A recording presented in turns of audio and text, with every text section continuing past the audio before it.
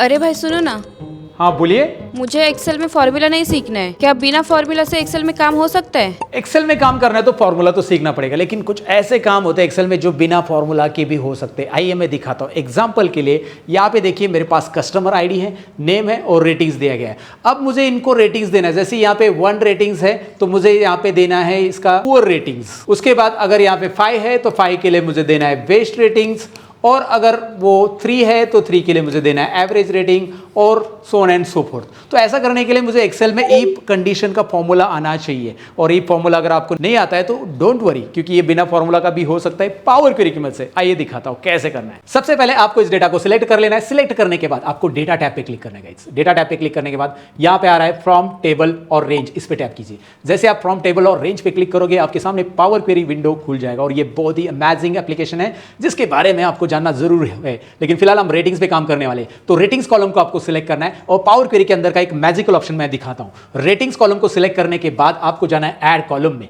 Add column में column from example में जाइए और फ्रॉम सिलेक्शन पे टैप कीजिए। ये दिखाई दे रहा है? ओके।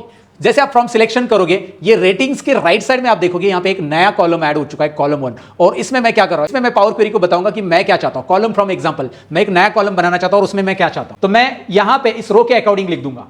मतलब मेरे पास रेटिंग रो में है 1, तो 1 के सामने जो वैल्यू मुझे चाहिए मैं लिखूंगा यहां पे, फिर 5, फिर उसके बाद 3, फिर उसके बाद 4 और उसके बाद 2। क्योंकि मेरे पास ये 5 अलग अलग चीजें हैं तो मैं पांचों के लिए मैं यहां पे वैल्यू लिख दूंगा और उसके बाद ऑटोमेटिकली मेरे पास जितने भी रोज होने तो वो सब ऑटोमेटिक अप्लाई हो जाएंगे। आइए देखते हैं। तो मैं 1 के लिए लिख रहा हूं पुअर, 5 के लिए लिख रहा हूं मैं बेस्ट, 3 के लिए लिख रहा हूं मैं एवरेज, 4 के लिए लिख रहा हूं मैं गुड, और मैं 2 के लिए लिख रहा हूं ओके। एंड नाउ जैसे मैं ये लिख दूंगा तो आप यहां पे नीचे देख सकते हैं वो सजेस्ट कर रहा है कि आगे 4 के लिए भी गुड रहेगा। नेक्स्ट 2 के लिए उसने ओके रख दिया है। नेक्स्ट 3 के लिए आप देखोगे यहां पे एवरेज रख दिया है। नेक्स्ट 1 के लिए उसने 4 रख दिया, and so on and so fourth.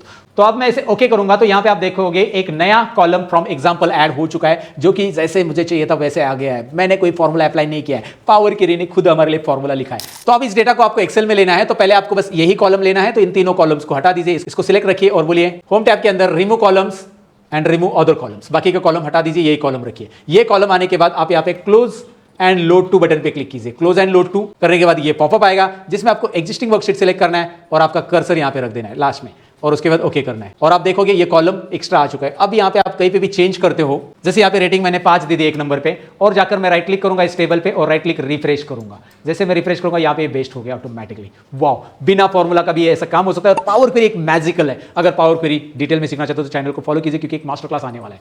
Master class ये कमेंट सेक्शन में भी लिख दो, जल्दी से मैं पावर क्वेरी का मास्टर क्लास आपके लिए लेके आ रहा हूँ। That's it for this video. Video अच्छा लगा तो लाइक शेयर और कमेंट कीजिए, सब्सक्राइब भी कीजिए। Bye bye.